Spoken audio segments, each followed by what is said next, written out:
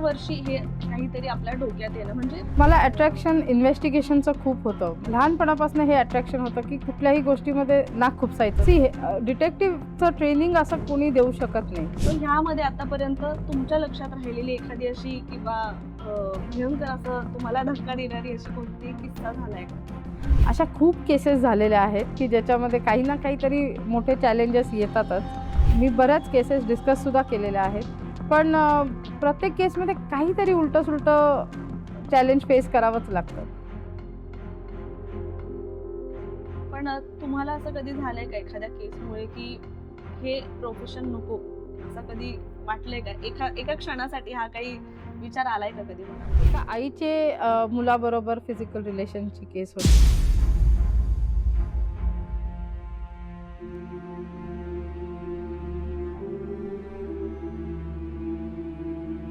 आम्ही जेव्हा इन्व्हेस्टिगेट केलं तेव्हा ती बाई सेक्सोमॅनिएक होती.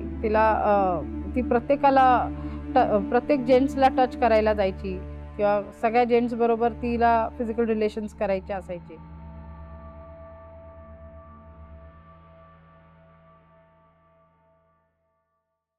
नमस्कार, मी रामेश्वरी. मित्रांनो, डिटेक्टिव्ह हा शब्द ऐकल्यावर आपल्या डोळ्यासमोर काय इमेज तयार होते? तर एक माणूस ज्याने अख्ख्या अंगभर काळे कुट्ट कपडे घातलेत, डोक्यावर टोपी, डोळ्यावर चष्मा आणि सूट बूटमध्ये, बरोबर ना?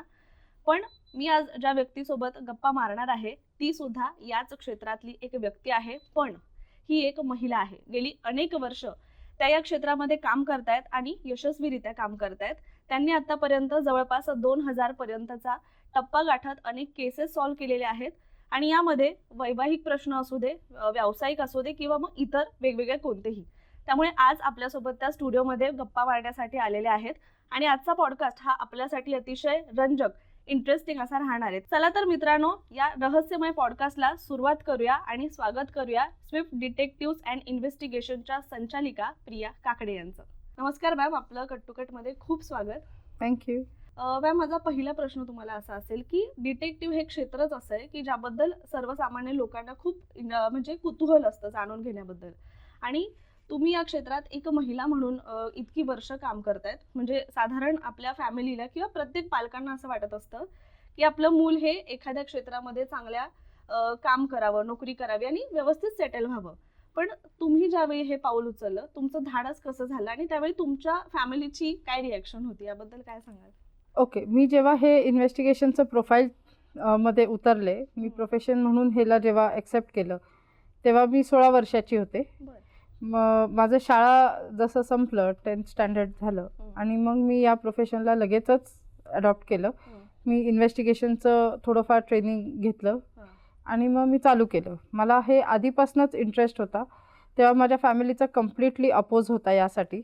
फॅमिलीमधनं कोणीच मला परमिशन देत नव्हतं, पण माझा जोर होता की नाही, मला करायचं तर हेच फील्डमध्ये करिअर करायचं, नाही तर नाही करायचं. पण 16व्या वर्षी हे काहीतरी आपल्या डोक्यात येणं म्हणजे तेव्हा आपल्याला इतकं समजत नसतं, आपल्याला 10 गोष्टी करायच्या असतात.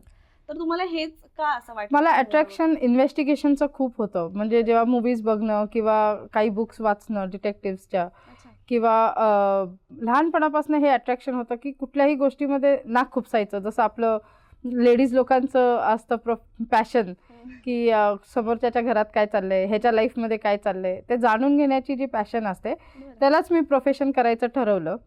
आणि मला क्युरिओसिटी खूप असायची प्रत्येक गोष्टीमध्ये. कोणी काय केलं, ह्याच्या लाईफमध्ये काय चाललंय, त्याचं अफेअर चाललंय.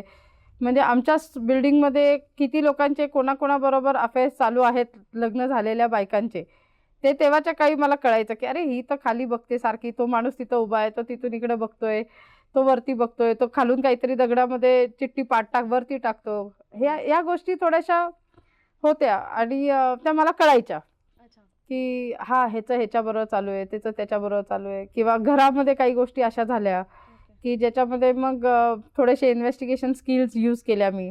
आणि घरात झालेले चोरी म्हणा किंवा या गोष्टी. काय स्किल यूज केलं होतं तेव्हा आपल्या काळामध्ये टेप रेकॉर्डर असायचा रेग्युलरवाला, ज्याच्यामध्ये रेकॉर्डिंगचं बटन असायचं. एव्हिडन्स करण्यासाठी मी तो टेप रेकॉर्डर यूज केला होता की माझ्या शेजारच्या एका मुलीने आमच्या घरात चोरी केली होती. तर तेव्हा मग ते तिच्याकडनं कन्फेशन करून घेतलं होतं मी.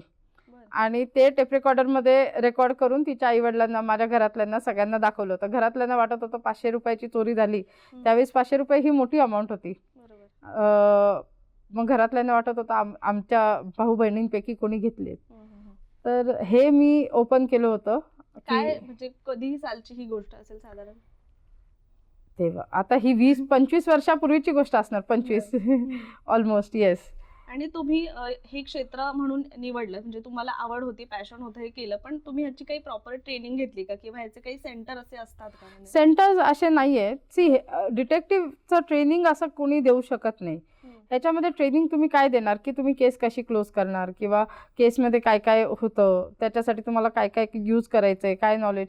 पण जे ॲक्च्युअल इनबिल्ट तुमच्यामध्ये असतं, की समोरच्या व्यक्तीचं बॉडी लँग्वेज कसं ओळखायचं, समोरची केस आल्यानंतर त्या केसला कसं पारखायचं, ती केसचं इन्व्हेस्टिगेशन सिच्युएशन प्रमाणे करावं लागतं. So that has to be inbuilt. ते आतमध्येच असायला लागते क्वालिटी. करेक्ट, ते आहे. पण त्याला आता प्रोफेशनल एखाद्याला बनवायचं, जसं तुम्ही हे प्रोफेशन बनवले त्याला, सो त्याच्यासाठी मग काय तो एक मार्ग आहे? थोडंसं 1-3 महिन्याचं ट्रेनिंग मी घेतलं होतं एका कर्नलकडनं, की इन्व्हेस्टिगेशन कसं करायचं. त्यानंतर मी लगेच स्वतःचं चालू केलं. आणि मग एक्सपिरियन्स हाच फील्डमध्ये उतरणं, हाच स्वतःसाठी सेल्फ ट्रेनिंग होतं. मग हे लीगल आहे, ह्याला असं लीगल आहे असं म्हणता येईल का? येस, ॲज लॉंग ॲज तुम्ही कायद्याच्या बाहेर काही करत नाही. कायद्याच्या फ्रेममध्ये राहून जेव्हा तुम्ही ऑथेंटिक एव्हिडन्सेस कोर्टसाठी बनवता, तेव्हा हे लीगलच आहे. कारण कोर्ट एव्हिडन्सच्या आधारावर चालतं. कोर्टासमोर तुम्ही येऊन, सपोज एखादी केस आहे, तर कोर्टामध्ये त्या बाईने किती रडून सांगितलं की माझ्या नवऱ्याचा अफेअर आहे, तर कोर्ट ऐकणार नाही. कोर्ट म्हणणार पुरावा काय. मग इन दॅट केस माझा रोल तिथे चालू होतो, की आपल्याला पुरावा द्यावाच लागतो कोर्टला. तेव्हा कोर्ट म्हणतं की हां, ह्याचा अफेअर आहे, या बाईला न्याय मिळणं गरजेचं आहे. म्हणजे आता हे तुम्ही कोर्टाचं जे म्हणताय, सो ते थोडं एक्सप्लेन करून सांगाल का? म्हणजे एखादी केस तुमच्यापर्यंत येते, सो ते अख्खी जी प्रोसेस आहे ती थोडी एक्सप्लेन कराल? ओके, जेव्हा क्लायंट माझ्याकडे येतात आणि मला सांगतात की माझ्या नवऱ्याचा अफेअर चालू आहे किंवा माझ्या बायकोचा अफेअर चालू आहे, मग ते मला सगळे डिटेल्स सांगतात की असं असं मला डाऊट आहे, ती फोनवरती बोलते खूप, किंवा ती कंटिन्यू व्हॉट्सअपवर असते, ती फोनला हातच लावून देत नाही, किंवा तो फोनला मला हात नाही लावून देत. सो हे जे कंप्लेंट्स असतात की ती खूप खूप वेळ बाहेर असते, लेट येते, ऑफिस टायमिंग्स आता मॅच होत नाही आहेत, बऱ्याच वेळेला ऑफिसला दांडी मारून ती गायब असते, कुठेतरी जाते, किंवा तो गायब जातो होतो, whoever the target is, male female. तर त्यावेळेला हे सगळे जे सर्कमस्टन्सेस असतात, जे सिम्पटम्स असतात, ते आपल्याला कळतं की हां, म्हणजे काहीतरी विचित्र आहे. आता नवऱ्याला न सांगता ऑफिसला दांडी मारून जाणं बाहेर, तर काही ना काहीतरी असतं कुठेतरी. आणि मैत्रिणींबरोबरच जायचं तर नवऱ्याला न सांगता जाण्याची सच काही गरज नसते. सो मग तिथे आपला डाऊट जो नवऱ्याला असतो, तो डाऊट आम्ही उचलतो आणि तिथून आम्ही इन्व्हेस्टिगेशन चालू करतो. आणि मग इन्व्हेस्टिगेशनमध्ये जे काही एव्हिडन्सेस आपल्याला मिळतात, ते आम्ही अशा पद्धतीने एव्हिडन्स काढतो की ते कोर्टमध्ये ऑथेंटिक असले पाहिजे, की कोर्टमध्ये ते एव्हिडन्स व्हॅलिड असले पाहिजे. त्या ऑथेंटिक एव्हिडन्सेसला आम्ही कोर्टमध्ये देतो, तेव्हा त्यांना न्याय मिळतो, जे आमचे क्लायंट्स असतात. ओके, सो प्रोफेशनली जेव्हा तुमच्याकडे पहिली केस आली असेल, ती तुम्हाला आठवते का? ती काय होती? पहिली केस माझ्याकडे आली होती की एक महिला बँगलोरवरनं पळून आली होती पुण्यामध्ये नवऱ्याला सोडून, आणि तिला समन सर्व करायचं होतं मला. तर ती गायबच होती कम्प्लिटली. तिचं नाव वगैरे काही माहीत नव्हतं, सॉरी, तिचं प्रोफेशन माहीत नव्हतं, फक्त नाव माहीत होतं आम्हाला. आणि असा डाऊट होता की ती फॅशन डिझायनिंगचं करते. सो तिला ते करायची खूप इच्छा होती, ती तिची हॉबी होती, हे नवऱ्याने सांगितलं होतं. मग आम्ही फॅशन डिझायनिंगच्या क्लाससाठी ती कुठेतरी जॉईन झाली असेल हे आम्ही शोधलं की ती कुठे कुठे जॉईन. त्यावेळेस तर मोबाईल्स नव्हते, त्यावेळेस तर टाईम खूप डिफिकल्ट होता, लोकेशन्स नाही, काही नाही. पण आम्ही इन्व्हेस्टिगेट हे केलं की ती कोथरूडमध्ये राहिला होती, हे आम्हाला कळलं होतं की ही राहायला कोथरूडमध्ये आहे. फेसबुक वगैरे काही नसताना सुद्धा तिला ट्रॅप करणं थोडंसं चॅलेंजिंग होतं. मग तिला एका कॉलेजमध्ये जिथे ती क्लास करत होती तिथे तिला आम्ही शोधून काढलं आणि तिला समन सर्व केलं होतं. दॅट वॉज द फर्स्ट केस. पण आता म्हणजे तेव्हा सोशल मीडिया नाही, नेट, इंटरनेट नाही, काय, मग अशा वेळी एखाद्या व्यक्तीला फक्त नावावरून शोधून काढणं हे कसं? तिच्या प्रोफेशनची जी हॉबी होती ना, त्याच्यावरनं आम्ही तिला शोधून काढलं. म्हणजे तिला फॅशन डिझायनिंग करायचं होतं, आणि त्या काळामध्ये फॅशन डिझायनिंग किती लोक करत होते आणि त्याचे क्लासेस कुठे कुठे असतात. ती प्रोफेशनली करणार होती, she was going to pick it up as a profession. मग हे कुठे कुठे क्लासेस होतात, कोर्सेस कुठे कुठे होतात, ही पहिली माहिती काढली आम्ही. आणि सगळीकडे आमचे एम्प्लॉईजनी झाडी मारली की या नावाची व्यक्ती आहे का. आणि एरिया आम्हाला पर्टिक्युलर कळला होता की ही कोथरूडमध्ये असायची शक्यता आहे. अच्छा. हां, मग त्यावेळेस आम्ही ते त्या एरियाला पर्टिक्युलर पकडून ते इन्व्हेस्टिगेशन मग केलं होतं. साधारण एक केस तुम्हाला सॉल्व्ह करायला किती वेळ लागतो? आता तेव्हा ही तुम्ही सॉल्व्ह केली तर किती कालावधी लागला होता? 4 दिवस. 4 दिवसात 4 फक्त? दिवस. येस. बापरे! कारण हे कळलं होतं ना, की आपल्याला हेच करायचं. लाईन ऑफ ॲक्शन कळली होती, की आपल्याला फॅशन डिझायनिंगचे जेवढे कोर्सेस आहेत त्या एरियामध्ये तेवढे काढायचे. ओके. मग ते काढले होते. आतापर्यंत तुम्ही जवळपास 1000 म्हणजे 98 समथिंग म्हणजे जवळपास 2000चा टप्पा ह्यामध्ये गाठलेला आहे. Yes. बरोबर? सो ह्यामध्ये आतापर्यंत तुमच्या लक्षात राहिलेली एखादी अशी किंवा भयंकर असं तुम्हाला धक्का देणारी अशी कोणती किस्सा झालाय का? अशा खूप केसेस झालेल्या आहेत, की ज्याच्यामध्ये काही ना काहीतरी मोठे चॅलेंजेस येतातच. मी बऱ्याच केसेस डिस्कससुद्धा केलेल्या आहेत. पण प्रत्येक केसमध्ये काहीतरी उलटं-सुलटं चॅलेंज फेस करावंच लागतं. जसं मी आधीच्या काही पॉडकास्टमध्ये पण सांगितलंय, की शुगर डॅडीच्या केसेस जिथे 77 इयर्सच्या म्हाताऱ्यांचं अफेअर 25 वर्षाच्या मुलीबरोबर जेव्हा असतं, वृद्ध 77 कुठे आणि 25 वर्षाची मुलगी कुठे. तर प्रॉपर्टीसाठी ती मुलगी त्यांच्या मागे लागली होती. आणि आजी माझ्याकडे जेव्हा 3 मजले चढून माझ्या ऑफिसला आल्या होत्या, तर मला वाटलं की सुनेची केस आहे किंवा कोणाची. तर ते त्यांनी सांगितलं नवऱ्याची केस आहे. पोलीस त्यात दखल घेत नव्हते कारण फॅमिली मॅटर आहे आणि त्यांना वाटलं की आजींना या वयामध्ये थोडेसे काही प्रॉब्लेम्स असू शकतात. आजींवर कसा विश्वास ठेवणार? वय त्यांचं एवढं आहे. पण मग आम्ही जेव्हा केस घेतली तेव्हा आम्ही फाइंड आउट केलं की खरंच त्यांचं अफेअर होतं त्या मुलीबरोबर. ती मुलगी त्यांच्या वाड्यात राहत होती. प्रॉपर्टी तिला बळकवायची होती सगळी. तुम्हाला म्हणजे आता पोलिसांनी ती इग्नोर केली केस. मग ती केस तुम्हाला का घ्यावीशी वाटली? आजींना न्याय मिळायला हवा होता. आजी ज्या पद्धतीने रडल्या होत्या माझ्याकडे, ज्या पद्धतीने त्यांनी रिक्वेस्ट केली होती केससाठी आणि त्यांनी जे काही फॅक्ट्स माझ्यासमोर ठेवल्या होत्या, फोटोग्राफ्स वगैरे जे काही फॅक्ट्स त्यांनी दिले होते, त्यांना फक्त एव्हिडन्स हवा होता आणि मदत हवी होती की ती मुलगी तिकडून निघावी. मग जेव्हा आम्ही एव्हिडन्स काढला तर पोलिसांनी आम्हाला हेल्प केली. त्याच्यानंतर त्यांनी त्या मुलीला बोलवून घेतलं, धमकावलं आणि तिला तिथनं रूम खाली करायला लावली. पण एव्हिडन्स खूप चांगला आम्हाला मिळाला होता त्याच्यामध्ये आणि लीगल एव्हिडन्स आम्ही काढला होता प्रॉपर. सो आता तुम्ही हा एक्सपिरियन्स सांगताच आहे, पण तुम्हाला कधी अशी एखादी केस हँडल करताना भीती वाटली आहे का? किंवा तुम्हाला असं कधी वाटलंय का की तुमच्यावर कोणीतरी वॉच ठेवून आहे वगैरे? माझ्यावर वॉच ठेवून आहे असं मला कधी जाणवलं नाही. कारण आमची काम पण करण्याची पद्धतच अशी असते की आजूबाजूला कोणीही वॉच ठेवायचा प्रयत्न केला तरी आम्हाला लगेच कळतं की कोणतरी आहे. कारण आपलंच पॅटर्न दुसरं कोणतरी फॉलो नाही करू शकत है ना. त्यामुळे मग लगेच कळून येतं. आणि भीती मला ॲज सच कधी वाटली नाहीये आजपर्यंत तरी. कारण तुम्ही आता या क्षेत्रात आहे म्हटल्यावर भीतीचं कारणच नाहीये. हो, कारण हे कामच असं आहे की जेव्हा मी डिसिजन घेतला होता की हे आपल्याला काम करायचंय, तेव्हाच सगळी भीती मागे सोडली होती. मग मी विचार केला होता की आपल्याला घाबरायचं काही कारण नाही. कारण आपल्याला प्रॉब्लेममध्ये न येण्यासाठी जे काही मेजर्स घ्यावे लागतात, ते प्रिकॉशन्स आणि ते प्रिव्हेंटिव्ह मेजर्स आपल्याला घ्यायचे आहेत व्यवस्थित. आणि ते प्रॉपर प्लॅनिंग, त्याचे टॅक्स, ते सगळं यूज करून आम्ही कामं करतो. त्यामुळे असं एवढं वाटलं नाही कधी की भीती वाटेल किंवा कोणतरी आपल्याला. अजून असे काही रंजक किस्से आहेत का तुमच्याकडे? मी जसं आता शुगर डॅडीची केस सांगितली तसं माझ्याकडे सध्या शुगर मॉमची केस आहे. काही केसेस म्हणजे बऱ्यापैकी केसेस आता आहेत शुगर मॉमच्या.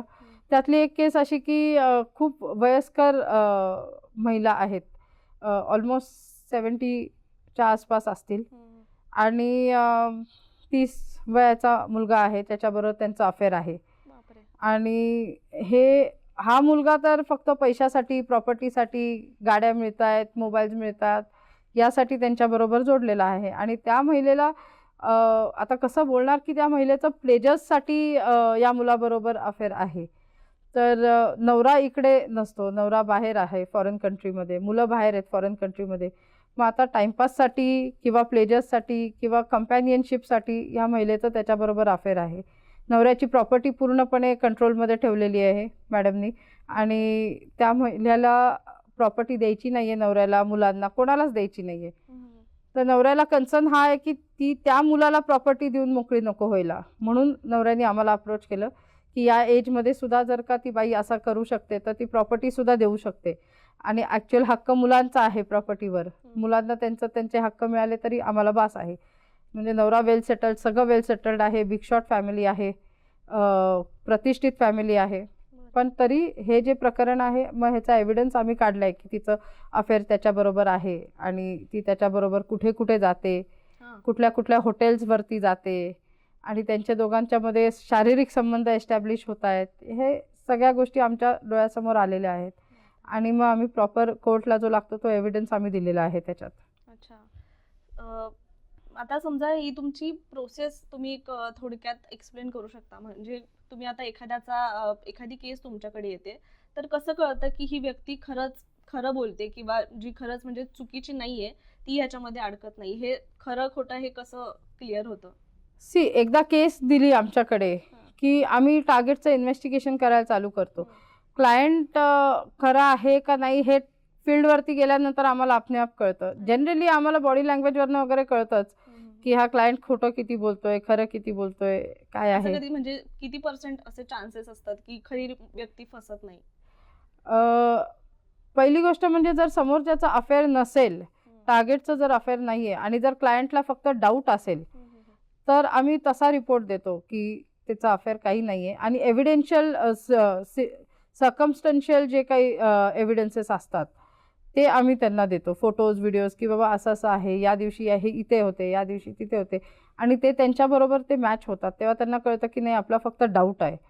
पण काही वेळेला क्लायंट्स म्हणतात की नाही अफेअर आहे आणि त्यांचा डाऊट तिथे खरा होतो. असं 98% झालेलं आहे की क्लायंटचा डाऊट खरा निघालेला आहे, एव्हिडन्सेस मिळाले. 2% झालेलं आहे असं सुद्धा की क्लायंटला फक्त डाऊट असतो आणि ते त्यांच्या डोक्यात एकदा किडा आहे की नाही आहेच अफेअर आणि नाहीच आहे समोरच्याचा बिचाऱ्याचा अफेअर, तर करणार काय? काही किस्सा आहे का तुमच्याकडे? झालेले आहेत असे काही केसेस झालेत की क्लायंटनी केस दिली आणि मग आम्ही इन्व्हेस्टिगेट केलं. 1 महिना, 2 महिने, 3 महिने काहीच सापडलं नाही. मग त्याच्यानंतर आम्ही रिपोर्ट देऊन क्लोज केले की बाबा तिचा अफेअर नाहीच आहे. ती जाते तर तिच्या माहेरी जाते, तिच्या बहिणीला भेटायला जाते किंवा ती ऑफिसमध्ये जाते, ऑफिसमधनं या टाईमला निघते, ती इकडे जाते. हे म्हणजे आम्ही जे काही फॉलो करतो, शॅडोईंग करतो त्याच्यामध्ये कळून जातं. आता तिचा अफेअर असेल तर ऑफिसमधनं निघाल्यानंतर कुठेतरी कॅफेला जाईल, कोणाला तरी भेटेल किंवा मूव्हीजला जाईल. तसं तर काहीच आढळत नाही आहे. तिचं लाईफ एकदम स्ट्रेट आणि सिम्पल आहे. टायमिंग्स पण मॅच होत आहेत म्हटल्यावर मग आम्ही डिक्लेअर करतो. 2 महिने 3 महिन्यानंतर तर डिक्लेअर करतोच आम्ही की नाही आहे अफेअर. कोणत्या म्हणजे जास्त केसेस कोणत्या टाईपच्या आहेत की महिलांकडून जास्त तुमच्याकडे कंप्लेंट्स आहेत की पुरुषांकडूनचा जास्त आकडा आहे? दोन्ही सिमिलर आहेत. आजकाल दोन्ही सिमिलर आहे. महिला काय किंवा पुरुष काय, कंप्लेंट्स दोघांकडनं आहेत. माझ्याकडे फिमेल क्लायंट्स पण खूप आहेत आणि मेल क्लायंट्स पण खूप आहेत. वयोगट काय आहे यातला? आता सध्या टू बी व्हेरी ऑनेस्ट जास्ती वयाचे लोकांचे केसेस खूप यायला लागलेत. शॉकिंग. हो, खूप शॉकिंग आहे. वयोगटाचं काहीच ह्याच्यात नाहीये. म्हणजे राईट फ्रॉम 35 टू 78 पर्यंतच्या केसेस माझ्याकडे आहेत. बापरे. म्हणजे ह्याच्यात वयाचं काही एज लिमिटेशन आता राहिलं नाहीये. आधी तरी असं वाटायचं की अरे अंकल आहेत, आंटी आहेत. आता अंकल आंटीकडे बघताना पण माझी नजर थोडीशी वेगळी झाली. मला असं वाटतं की यांचं पण अफेअर असू शकतं. You never know. 78 पर्यंतच्या लोकांचे केसेस मी आता हँडल करतेय. सो आता वयाचं काहीच राहिलं नाहीये. आणि फक्त फॅमिली म्हणजे याच्यामध्ये फक्त कपल अफेअर फक्त आहेत की अजून वेगवेगळे प्रकार काय काय आहेत ह्याच्यामध्ये? Correct, this is a very good question. फक्त कपल अफेअर असं नाहीये, एलजीबीटीचा प्रकार पण खूप वाढलेला आहे. म्हणजे माझ्याकडे एक केस होती, त्याच्यामध्ये हजबंड बिग शॉट एकदम अगदी प्रतिष्ठित लोक आहेत, बिझनेसमॅन आहे तो माणूस. सिटी मी सांगत नाही किंवा नाव सांगत नाही, सगळं कॉन्फिडेन्शियल असतं. पण त्या माणसाचं एका पुरुषाबरोबर अफेअर होतं आणि तो त्याच्या बायकोला अगदी म्हणजे इतका रिगरियस मारायचा. घरामध्ये तिचे सासू सासऱ्यांसमोर कपडे काढून तिला मारायचा, तिच्या लहान मुलीसमोर. म्हणजे 4 वर्षाची मुलगी होती आणि तिला खूप मारहाण करायचा. 4 वर्षाची मुलगी ती रडत असायची, तिला खायला प्यायला द्यायला, तिला स्वयंपाक करायला नाही द्यायचा आणि त्यांनी खूप अत्याचार केले बायकोवर, वाईट अत्याचार करत होता तो. आणि हे लोक प्रतिष्ठित अगदी म्हणजे नाव घेतलं तर लहान लहान मुलं सुद्धा ओळखतील असे प्रतिष्ठित लोक हे. आणि त्या बाईनी खूप सहन केलं. मग शेवटी तिच्या वडिलांनी मला अप्रोच केलं की आम्हाला डिटेक्टिव्ह एजन्सी हायर करणं गरजेचं आहे, कारण असं काहीतरी आहे आणि त्या बाईला घराच्या बाहेर जाऊ द्यायचा नाही तो. कोणाशीच कम्युनिकेशन नाही. ती मुलगी घरात आणि ती बायको इतकी सुंदर, म्हणजे खूप सुंदर, अतिशय सुंदर होती दिसायला. पण मी म्हटलं एवढी सुंदर आहे तुमची मुलगी फोटो पाहिल्यावर, मग असं का? तर तो म्हटलं आम्हाला पण हाच प्रश्न पडतो की असं का, पण आम्हाला असा डाऊट आहे की तो कदाचित गे आहे, असा डाऊट आहे आम्हाला. म्हटलं मग मी म्हटलं डाऊट आहे ठीक आहे, पण त्यावेळेस ती माझ्याकडे पहिली केस आली होती गेची, तर मला पण ते डायजेस्ट व्हायला खूप डिफिकल्ट होतं की खरंच असं असेल का. सो मग त्याला आम्ही फॉलो करायला चालू केलं, त्याला सोशल मीडियावरती आम्ही फॉलो करायला चालू केलं आणि मग सगळीकडनं त्याला टॅप केलं. त्याचं ऑफिसचं जाणं, जिथे तो जायचा वर्किंग प्लेसला, तिथलं जाणं येणं, त्याचे फोन कॉल्स, तो कुठे जातो, त्याचे सोशल मीडियावरती कोणाकोणाशी त्याची फ्रेंड लिस्ट काय आहे. तर त्याच्या फ्रेंड लिस्टमध्ये आढळलं की महिला फ्रेंड्स ॲज गुड ॲज नाही आहेत. म्हणजे जेवढे रिलेटिव्ज आहेत किंवा जेवढे जवळचे फ्रेंड्स, फॅमिली फ्रेंड्स आहेत तेवढेच. Otherwise he had lot of male friends. आणि मग त्या मेल फ्रेंड्सची आम्ही लिस्ट जेव्हा चेक केली तेव्हा त्यांच्या लिस्टमध्ये सुद्धा सगळे मेल फ्रेंड्स. मग that give me a doubt की हे असं कसं काय. हे म्हणजे जनरली मेल्स जर आपण सोशल मीडियावर बघाल तर त्यांच्याकडे ढीगभर फ्रेंड रिक्वेस्ट टाकलेले असतात महिलांना, आणि त्यांच्याकडे ढीगभर ज्या महिला ओळखत नाही त्यांचे पण फ्रेंड रिक्वेस्ट असतात, ते पण त्यांच्या लिस्टमध्ये असतात. So it was very difficult to digest की या माणसाच्या ग्रुप्समध्ये जेवढे जेंट्स आहेत त्यांचे पण जेंट्सच लिस्ट आहे. मग तिथून आम्ही त्याला टॅप केलं. Social media was a very strong point to tap him. आणि मग त्याच्याशी चॅट करायला चालू केलं एका मेल एम्प्लॉईनी माझ्या, आणि ही स्टार्टेड रिप्लाईंग. मग तो माझ्या मेल एम्प्लॉईला रिप्लाय करायला चालू केलं. अँड ही वॉज मग त्याने डेटसाठी विचारलं. मग डेटसाठी विचारल्यानंतर कॉफी डेटवर जाऊ. मग कॉफीसाठी भेटल्यानंतर म्हटला की I would like you to come to a hotel.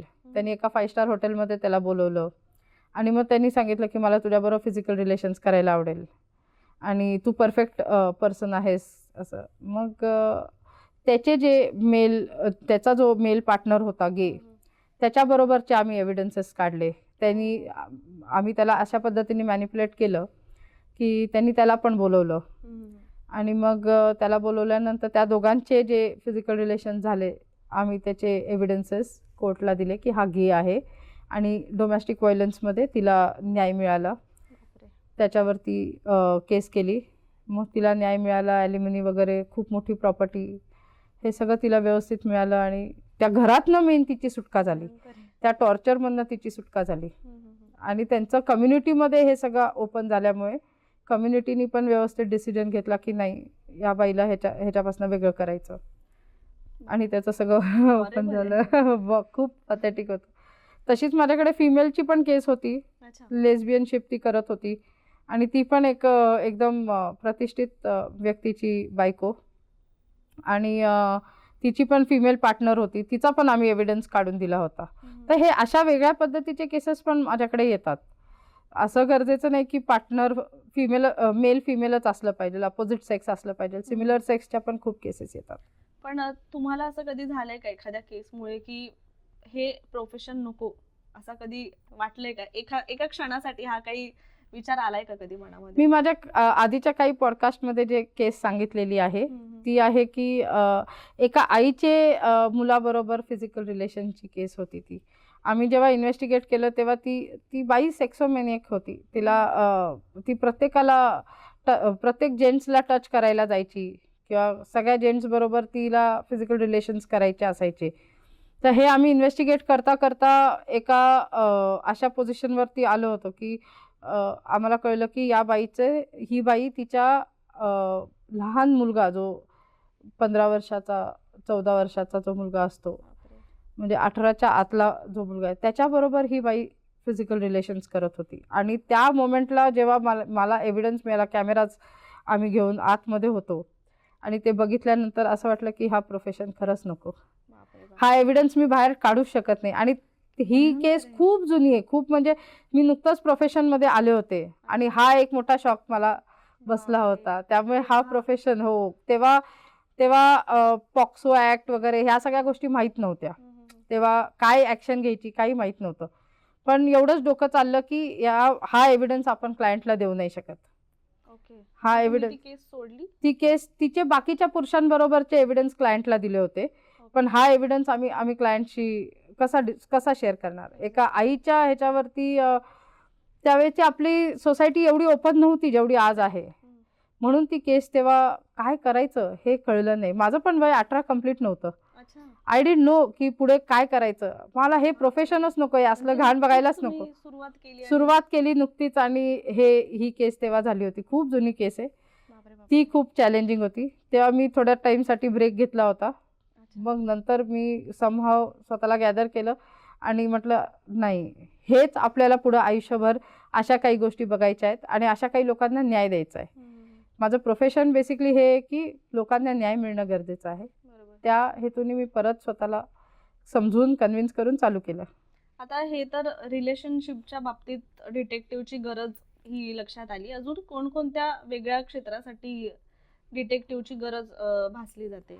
Okay, आता कॉर्पोरेट केसेस पण येतात माझ्याकडे की ज्याच्यामध्ये मोठ्या मोठ्या कंपनीजमध्ये जे पार्टनरशिप फर्म्स असतात त्याच्यात पार्टनर्स एकमेकांना चीट करत असतात. या कंपनीमधनं डेटा काढून स्वतःची कंपनी फॉर्मेशन करतात लपून आणि तिथे तो डेटा यूज करत असतात. तिथून बिझनेस करत असतात. इथला बिझनेस चोरत असतात. सो अशा बऱ्याच काही गोष्टी असतात. एम्प्लॉई व्हेरिफिकेशन असतात. कॉर्पोरेट केसेस खूप येतात. कॉर्पोरेट फ्रॉड्स खूप असतात. अशामध्ये तुमचा रोल काय असतो? आम्ही इन्व्हेस्टिगेशन हार्डकोर करतो की त्यांची कुठे कंपनी फॉर्म केली आहे, इकडनं डेटा कुठून कशा काढलाय. वेळी? म्हणजे ते फक्त टेक्निकल असतं की? मॅन्युअल आणि टेक्निकली दोन्ही आम्ही करतो. ओके. हां, म्हणजे त्या व्यक्तीला पूर्ण स्क्रीनिंग करणं हे माझं काम असतं. आम्ही त्याचा काही किस्सा म्हणजे सांगू शकता का अजून थोडं एक्सप्लेन करून? मी जास्ती डिटेलिंग सांगू शकत नाही इथे कारण मोड ऑफ अप्रेंटिस ओपन नाही, होतात. तसं पण डिटेलिंग नाही. पण येस, आम्ही काय करतो की सपोज आता एखाद्या पार्टनरनी दुसऱ्या पार्टनरला चीट केलंय, इकडनं डेटा काढलाय, तर तो डेटा कसा काढला हे आम्ही इन्व्हेस्टिगेट करतो. नंतर तो डेटा कुठे वापरला गेलाय हे इन्व्हेस्टिगेट करतो. त्यांनी जर कंपनीबरोबर फ्रॉड केलाय तर समजो 20 कोटीचा फ्रॉड आहे, 25 कोटीचा फ्रॉड आहे, मग ते पैसे कुठे कुठे इन्व्हेस्ट झालेत त्याचे आम्ही डिटेल्स काढतो. ते पैसे कुठे इन्व्हेस्टमेंट त्यांनी काय काय केलेले आहे, त्याच्या नावावर काय काय प्रॉपर्टीज आहेत, बँकिंग्स कुठे कुठे त्यांनी केलेले आहेत आणि स्वतःची कंपनी फॉर्मेशन जर केली असेल बाहेर कुठे तर ती काय नावानी केली आहे, कुठे कंपनी फॉर्म झालेली आहे, हे सगळे डिटेल्स आम्ही इन्व्हेस्टिगेट करतो. पण कधी असं ज्याच्याबद्दल तुम्ही शोध घेताय किंवा सर्च केलं जातं त्या व्यक्तीला कधी असा डाऊट आलाय का किंवा येतो का की ही व्यक्ती आपल्यावर वॉच ठेवणे किंवा आपल्याबद्दल सर्च करते असं काही? नाही, आमची आयडेंटिटी एवढी हिडन असते की त्या व्यक्तीला डाऊट खूप लांबची गोष्ट आहे. त्या व्यक्तीला असं जवळजवळ स्मेल पण करता येत नाही की असं काही माझ्यावर इन्व्हेस्टिगेशन चालू असेल. आम्ही खूप सिक्रेटली आणि एकदम कॉन्फिडेन्शियली व्यवस्थित लुक वगैरे काही आम्ही सगळंच चेंज करतो. अच्छा. आमची कंप्लीट आयडेंटिटी हाईड होते ओके. आणि आम्ही टेक्निकली मॅन्युअली दोन्ही आमची टीम पूर्णपणे त्याला ट्रॅप करते आणि व्यवस्थित आम्ही सगळं इन्व्हेस्टिगेशन करतो. पण आताच्या 5G सारख्या जगात किंवा सोशल मीडियाच्या जगामध्ये असं इतकं हाईड राहणं थोडंसं चॅलेंजिंग असेल किंवा खूप चॅलेंजिंग आहे. असेल कारण तुमचं नाव बऱ्याच प्लॅटफॉर्मवर आहे किंवा सर्च केले की प्रिया काकडे गोष्टी बऱ्याच समोर येतात. Correct. मग अशा वेळी कसं चेहरा लपून किंवा चेहरा न दाखवता राहणं कसं माझ्याकडे possible? 35 लोकांची टीम आहे सध्या. हम्म. मी पण स्वतः फील्डमध्ये काम करते, पण आम्ही आयडेंटिटी चेंज करतो, चेहरा चेंज करतो. मुलांची टीम आमचे नंबर्स चेंज होतात. खूप साऱ्या गोष्टी आम्ही करतो. म्हणजे आता मी सांगत नाही ट्रिक्स, पण हा चेहरा कोणीच बघितलेला नाही आहे. टार्गेटनी पण नाही आणि कोणीच नाही. म्हणजे मी हा चेहरा आज पण मी अंधारात यासाठी आहे किंवा मी चेहरा लपवते यासाठी की उद्या जेव्हा मी फील्डमध्ये काम करत असेल त्यात लोकांना हे माहीत नसणार आहे की ही प्रिया काकडे आहे. सो अशा पद्धतीने आम्ही आयडेंटिटी चेंज करून करून कामं करतो. पण ह्यालाच एक कनेक्टेड प्रश्न विचारेल की आता या क्षेत्रामध्ये काम करणारे अनेक डिटेक्टिव्ह जे आहेत ते चेहरा दाखवतात. सो मग तुमचं असं काय रिझन आहे?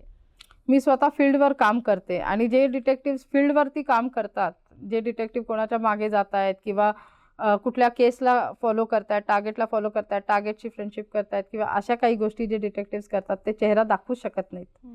जिथे आपल्याला केस क्लोज करायची आहे, जिथे फील्डमध्ये काम करायचं आहे, तिथे चेहरा दाखवला तर उद्या 10 2000 दुश्मन आहेत. करेक्ट आहे. दाखवू शकत नाही. आणि ज्या दिवशी मी चेहरा दाखवला तर माझं कामच बंद होईल, कामच संपेल, मला काम नाही करता येणार फील्डवर.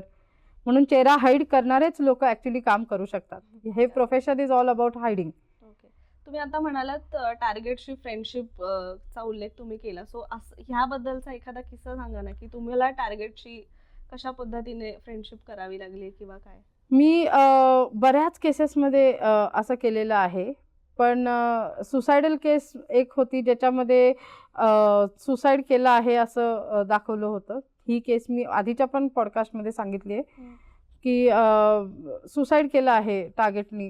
हे क्लायंटनी सांगितलं मला की नाही, हा सुसाईड असूच शकत नाही, की ज्या माणसाने सुसाईड केलंय तो माणूस सुसाईड करण्याच्या पोझिशनमध्ये नव्हता. मग त्यावेळेस त्याच्या वाईफशी फ्रेंडशिप करून वगैरे तिचे काय काय चाललं आहे ते सगळं रेकॉर्ड करून ती कंप्लीट केस आम्ही इन्व्हेस्टिगेट केली होती. की तिने खिडकी चेंज केली होती, तिच्या बॉयफ्रेंडला खिडकीमधनं आत घेतलं होतं आणि त्या दोघांनी मिळून त्याला फाशी दिली होती. आणि प्रॉपर एकदम असं वाटेल की त्यांनी सुसाईड केलंय, कारण फाशीमध्ये नॉट्स खूप महत्त्वाच्या असतात. या सगळ्या गोष्टींची काळजी घेतली होती त्यांनी आणि असं डिक्लेअर केलं की त्यांनी सुसाईड केलं. पण घरातल्यांना हा विश्वास होता की ही कधीच असं करणार नाही, सून आमची खूप चांगली आहे, ती करणार नाही कधी असे. मग तेव्हा तिच्याशी फ्रेंडशिप करणं हाच एक ऑप्शन होता, आत जाणं आणि मग तिच्याकडनं सगळ्या गोष्टी काढून घेणं, तिला शॉपिंगला नेणं, तिला पार्टीजला नेणं आणि मग तिच्या बॉयफ्रेंडपर्यंत पोचणं आणि मग ते त्यांचा दोघांचा एव्हिडन्स काढून मग तिचं कन्फेशन रेकॉर्ड करून मग आम्ही पोलिसांना दिलं होतं की हे सुसाईड नाही आहे, मर्डर आहे म्हणून. तिने आणि तिच्या बॉयफ्रेंडनी मर्डर केलं होतं. सो मॅम, आता कसं म्हणजे तुम्ही चेहरा दाखवत नाही आणि बऱ्याचदा कसं होतं की एकतर तुमचं प्रोफेशनच असं आहे डिटेक्टिव्ह की ज्याबद्दल ऑलरेडी लोकांना उत्सुकता आहे आणि त्यात तुम्ही हाईड फेस करत असल्यामुळे लोकांना अजूनच त्याबद्दल क्युरियोसिटी आहे की बाबा ही व्यक्ती नेमकी कोण आहे. सो लोक खूप सर्च करतात. सो अशा वेळी मग तुमचं काहीच डिटेल समोर येत नाही का, किंवा मग काय याबद्दल सांगाल? मी सोशल मीडियावर नाहीच आहे कुठेच अच्छा. आणि मी फोटोज पण कुठे टाकत नाही आणि मला सर्च सोशल मीडियावर कोणी नाही करू शकत. माझा चेहरा कुठेही मी दाखवलेला नाही आहे आणि नंबर येस आहे माझा, सोशल मीडियावर सगळीकडे नंबर आहे. आणि क्लायंटला जेव्हा कॉल करायचे असतात, क्लायंट्स कॉल करतात, भेटतात, पण आम्हाला हे कळतं की क्लायंटचा कॉल आहे का टार्गेटचा कॉल आहे. अच्छा. येस. ते कसं आता? स्क्रीनिंग एक आहे पद्धत ज्याच्यामध्ये स्क्रीनिंग केलं जातं आणि आम्ही ते बरोबर बघून व्यवस्थित मग मीटिंग्स. पण क्लायंटला पण मीटिंग करायची असेल तर आधी माझे असिस्टंट्स वगैरे मीटिंग घेतात आणि मग. सो आता तुम्ही म्हणालात की तुम्ही कोणत्या सोशल मीडियावर नाहीये वगैरे, पण तुम्हाला अनेक पुरस्कारांनी सन्मानित करण्यात आलं तुमच्या कामाबद्दल. मग त्याबद्दल कसं तेव्हा? ओके, मी खूप सारे अवॉर्ड्स घेतलेत, सगळे फेमस अवॉर्ड्स घेतलेले आहेत, पण सगळीकडे मास्क घालूनच अवॉर्ड घेतलेला आहे. मी तिथे पण स्टेजवरती सुद्धा माझा फोटो फेस रिव्हील केला नाहीये किंवा कोणाला फोटो काढून दिलेला नाहीये. अवॉर्ड हे फक्त माझ्या नावाला मिळालेलं आहे, मला मिळालंय असं नाही. त्यामुळे आम्ही फेस तिथे पण हाईड करायची प्रोव्हिजन केली आहे. बरं. आतापर्यंत आपण ज्या केसेस तुम्ही सांगितल्या त्या मोस्टली अशा फॅमिलीमधल्या किंवा रिलेशनमधल्या आहेत. सो अजून कोणकोणत्या क्षेत्रातल्या केसेस तुम्ही हँडल केलेल्या आहेत? मी फायनान्शियल फ्रॉड्स हँडल करते, कॉर्पोरेट करते, नंतर मिसिंग लोक असतील त्यांना आपण शोधून काढतो, मिसिंग प्रॉपर्टी शोधून काढतो आपण. आणि मॅट्रिमोनियल केसेसमध्ये मी खूप काम केले. एक्स्ट्रा मॅरिटल अफेअर्स कुठल्याच लेवलला, म्हणजे काही लेवल नाही, लिमिटेशन नाही, अशी कामं केलेली आहेत मी. जसं एक माझ्याकडे IT कंपनीतला एक क्लायंट आला होता, त्याची वाईफ डेंटिस्ट होती आणि त्यांनी मला सांगितलं की मी most of the time foreign कंट्रीजमध्ये असतो, IT वाल्यांना फिरावं लागतं, फॉरेनला जात असतात, तर माझ्या वाईफचे टायमिंग्स मॅच होत नाही, क्लिनिकला जायचे आणि घरी यायचे. तर ती दरवेळेस सांगते की मी क्लिनिकमध्ये, ती क्लिनिकमध्ये नसते, ती घरी आहे सांगते, घरी नसते. तर मला तिच्यावर मॉनिटर करायला जमत नाही आहे. पण सोसायटीकडनं समहाव ॲक्सेस घेतला आहे CCTVचा, तर त्यात दिसतं किती वाजता जाते येते. पण मला डाऊट आहे की तिचं काहीतरी अफेअर चालू आहे. जेव्हा पण मी कॉल करतो फोन बिझीच लागतो तिचा असं. सो मग तेव्हा आम्ही इन्व्हेस्टिगेट केल्यानंतर आम्हाला कळलं होतं की तिने घरी मुलीला ट्युशनसाठी म्हणून एक ट्युटर लावला होता आणि त्या ट्युटर बरोबर तिचं अफेअर होतं. अरे बापरे. हां, तो घरी यायचा आणि ही घरातली गोष्ट कोणाला कळणार, घरामध्ये कसं कळणार की त्याच्याबरोबर अफेअर आहे, ते काय करतायत. तिची मोलकरीण घरात असायची आणि तिचे 2 मुलं होते, ते घरात असायचे. पण तरीसुद्धा बाहेर ती त्याला भेटायला जायची. तो घरी ट्युशनसाठी यायचा. मुलांसमोर ती काहीच करायची नाही. पण ती त्याला भेटायला बाहेर जायची आणि कोणाचंच लक्ष नाही तिच्यावरती. नवरा इथे नाहीये म्हणून ती घराच्या जवळपासच त्याला भेटायची, डबा घेऊन जायची, त्याला डबा खायला घालायची, त्याच्याबरोबर फिरायची. तिथल्या तिथे ते दोघं एकमेकांना किस करायचे, हग करायचे रस्त्यावरच. मेट्रो स्टेशन्सच्या खाली, मागे असं. आणि मग ती घरी यायची. मग एक दिवस तिला आम्ही स्ट्रिक्ट शॅडोइंगवर ठेवलं होतं. मग 14 फेब्रुवारीचा दिवस होता. शॅडोइंग म्हणजे ती घरातनं निघाल्यापासून ती कुठे कुठे जाते, काय काय करते, कोणाला भेटते, सगळे फोटोज. हो, प्रत्येक सेकंडचे डिटेल्स आपण काढत असतो. मग व्हॅलेंटाईन्स डेच्या दिवशी त्यांच्या दोघांचे प्लॅनिंग्स असणार हे आम्हाला 100% शुअर होतं. व्हॅलेंटाईन डेच्या दिवशी आम्ही तिला स्ट्रिक्ट शॅडोइंगवर ठेवलं होतं. मग ती गेली, रिक्षा पकडली तिने आणि ती एका हॉटेलवरती गेली त्याच्याबरोबर. त्याला मधनं रिक्षात बसवलं. त्यांनी त्याची गाडी दुसरीकडे लावली. तो पण मॅरिड, त्याला पण 2 मुलं आहेत. मग आम्ही तिच्या मागे होतो, रिक्षाच्या तिच्या. मग तिने मध्ये रिक्षा थांबवली. त्यांनी त्याची गाडी पार्क केली आणि तो येऊन रिक्षात बसला. मग हे दोघं जण, पहिले ती उतरली, ती उतरून चालत चालत आतमध्ये गेली. तो रिक्षात बसून राहिला. तिने जाऊन तिथं रजिस्टरला सगळं नाव व्यू सगळं लिहिलं. मग तो उतरला आणि मग 10-15 मिनटं तो रिक्षातच बसून राहिला. त्यांनी चेक केलं कोणी आहे का आजूबाजूला, कोणी नाहीये. व्यवस्थित चेक केलं सगळं अगदी. आम्ही पण ते बघत होतो की तो कसा चेक करतोय. आणि मग तो तिच्या मागे आतमध्ये गेला आणि त्यांनी पण रजिस्टरला, आता दोघांचं आधार कार्ड हे ते द्यावंच लागतं हॉटेल म्हटल्यावर. आम्ही अगदी रजिस्टरच्या एव्हिडन्सपासनं त्यांचे सगळे एव्हिडन्सेस क्लायंटला दिले. क्लायंटला डायरेक्ट कनेक्ट करून दिलं होतं की इथे हॉटेलवरती आहेत. व्हिडिओ कॉल दाखवला होता आणि प्रॉपर एव्हिडन्सेस काढले होते. आणि ते एव्हिडन्स क्लायंटला दिल्यानंतर तिला डिवोर्स मिळू शकत होता. पण त्या केसमध्ये आम्ही 2 मुलं असल्यामुळे आम्ही थोडंसं क्लायंटला सांगितलं की जर शक्य असेल तर तुम्ही माफ करून परत पॅचअप करायचा प्रयत्न करा. तर हे काउन्सिलिंग पण आम्ही देतो की माणसाकडनं चूक होते, झाली चूक, आता मुलं आहेत, मुलांचं लाईफ आहे, करिअर आहे. तिना प्रॉपर्टी फक्त सगळी तिच्या नावावर होती आणि तिने ते क्लायंटला हो, तरीसुद्धा तिला बेसिकली फक्त फनसाठी, एन्जॉयमेंटसाठी हे सगळं होतं. मग तिने खूप माफी मागितली. तिच्या घरातल्यांसमोर ते एव्हिडन्सेस दाखवले. कम्युनिटीमध्ये तिच्या एव्हिडन्सेस आहेत, हिने असं असं केलं वगैरे सगळं सांगितलं. आणि मग ते मी सांगितल्यानंतर क्लायंटने तिला एक चान्स दिला परत. पण नाहीतर तिला विदाऊट ॲलिमनी ₹1 न देता तिला डिवोर्स देऊ शकतो आपण. एवढं सगळं इतका स्ट्रॉंग एव्हिडन्स आहे. आणि विदाऊट ₹1 सिंगल ॲलिमनी न देता तिला डिवोर्स द्यायला, म्हणजे डिवोर्स अगदी फायनल झालेल्या ठिकाणी क्लायंटनी एक चान्स तिला दिलेला आहे की ठीक आहे बघू आपण परत. मॅम, आता तुम्ही इतक्या केसेस हँडल केलेल्या आहेत, पण तुम्ही कधी अडकलायत का किंवा तुम्हाला म्हणजे असं कधी काय म्हणतो ना आपण की तुम्ही एखाद्या सिच्युएशनमध्ये फसलायत आणि तुम्हाला तिथून बाहेर निघणं तुमच्यासाठी खूप डिफिकल्ट झालं होतं, असं तुमच्यासोबत कधी घडलंय का? हो, माझी एक केस दिल्लीला झाली होती. तर ती फायनान्शियल फ्रॉडची केस होती. डॉक्टर्स इन्व्हॉल्ड होते. डॉक्टर्स बरोबर फ्रॉड झाला होता. ग्रुप ऑफ डॉक्टर्स होते, तर त्यांच्याबरोबर फायनान्शियल फ्रॉड झाला होता. बऱ्याच वर्षांपूर्वीची केस आहे ही जुनी. तर त्याच्यामध्ये मला सांगितलं होतं की दिल्लीला हे लोक आहेत, पळून गेलेले आहेत, ज्यांनी आमच्याबरोबर फ्रॉड केला आहे. कोट्यांचा फ्रॉड होता तो, CRमध्ये होता.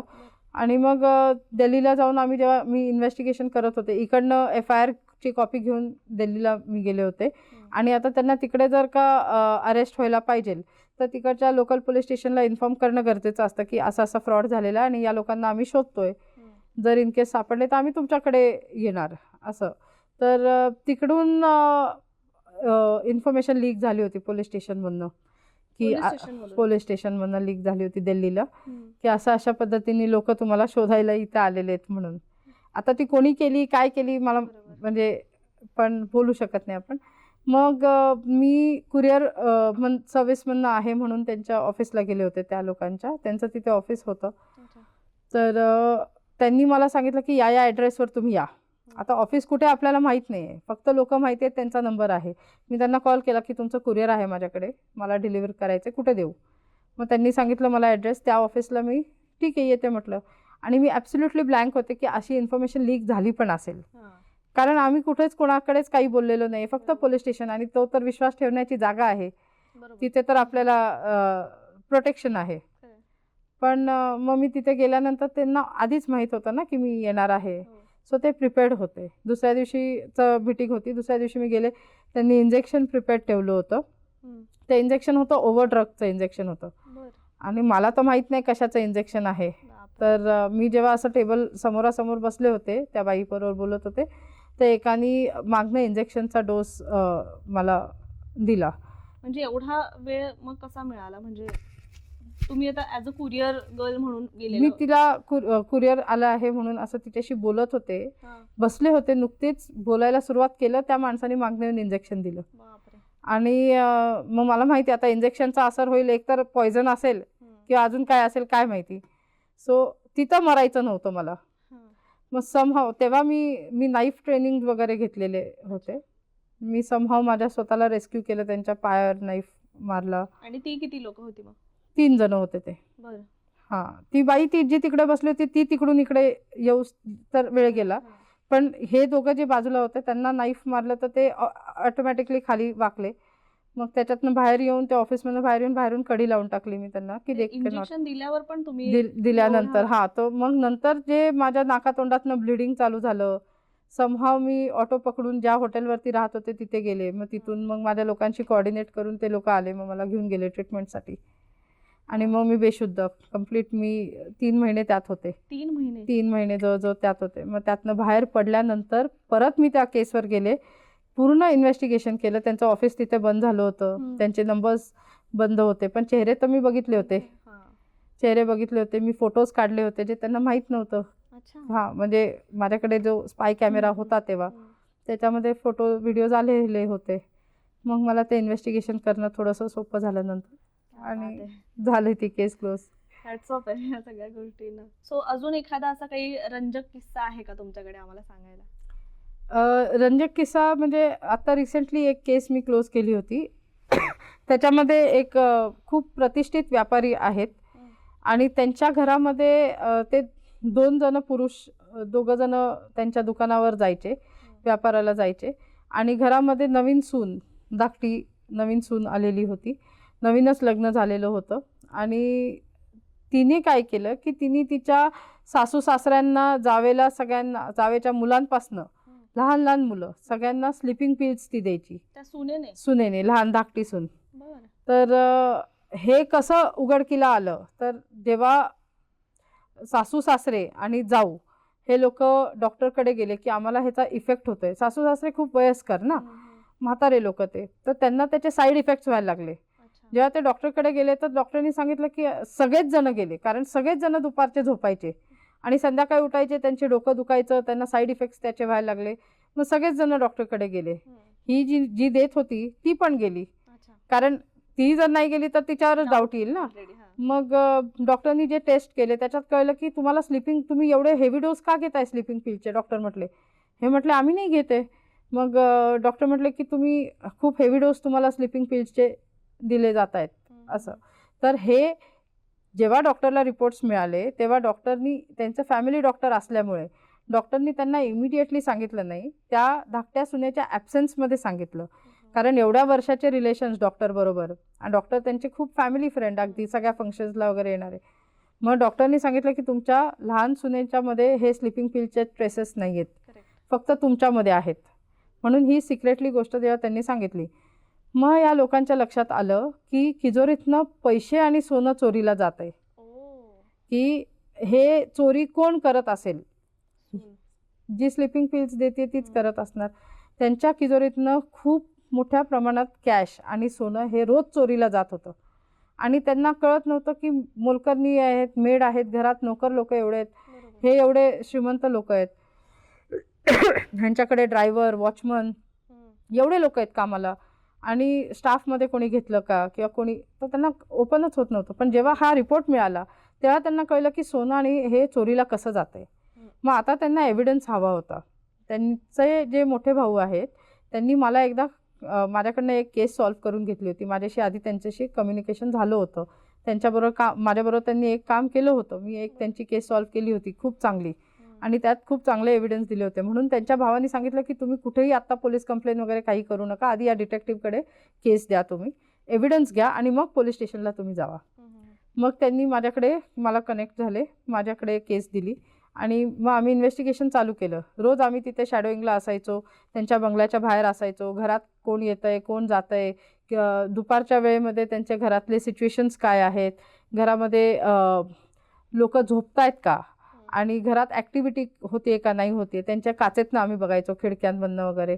आम्ही त्यांना सांगून ठेवलं होतं की सगळ्या खिडक्या उघड्या ठेवायच्या, तुम्ही दारं उघडे ठेवा, जास्ती करून लावू नका. मग आम्हाला असं आढळलं की ती मुलगी जी धाकटी सून आहे ती बंद करायची, ती प्रिकॉशन्स घ्यायची, आणि दुपारच्या वेळेस तिच्याकडे एक मुलगा यायचा, रोज यायचा, आणि ती काय करायची, हे लोकांना स्लीपिंग पिल्स द्यायची, हे लोक झोपल्यावर त्याच्याबरोबर शारीरिक संबंध त्यांच्या बेडरूममध्ये करायची, आणि सोनं आणि कॅश हे चोरी करून करून त्याच्याकडे द्यायची, आणि तो मुलगा घेऊन जायचा. मग तो एव्हिडन्स आम्ही प्रॉपर काढला की ही मुलगी सगळं चोरी करते, ही त्या मुलाला देते, ती घरात शारीरिक संबंध करते. हे सगळं आम्ही प्रॉपर इन्व्हेस्टिगेट केलं. आमचे बरेच मोड ऑफ अप्रेंटिस वेगळे वेगळे वापरले, ह्याच्यामध्ये शॅडोईंग केलं, त्या मुलाला शॅडोईंग केलं, तिला शॅडोईंग केलं, घराच्या बाहेर लोक उभे ठेवले, आणि मग आम्हाला कळलं की हे अशा पद्धतीचं हे प्रकरण आहे. मग त्याच्यानंतर ते एव्हिडन्स काढल्यावर आम्ही त्या लोकांना सांगितलं की हिचा असा असा अफेअर आहे, ही घरात शारीरिक संबंध तुमच्या करते आणि घरातनं चोरी करते रोजच्या रोज. पण त्याच्या आधी सगळी फॅमिली त्या डॉक्टरकडे जाऊन आली, मग त्यानंतर पिल्स घेणं बंद झालं होतं की नाही? पिल्स घेणं चालूच होतं.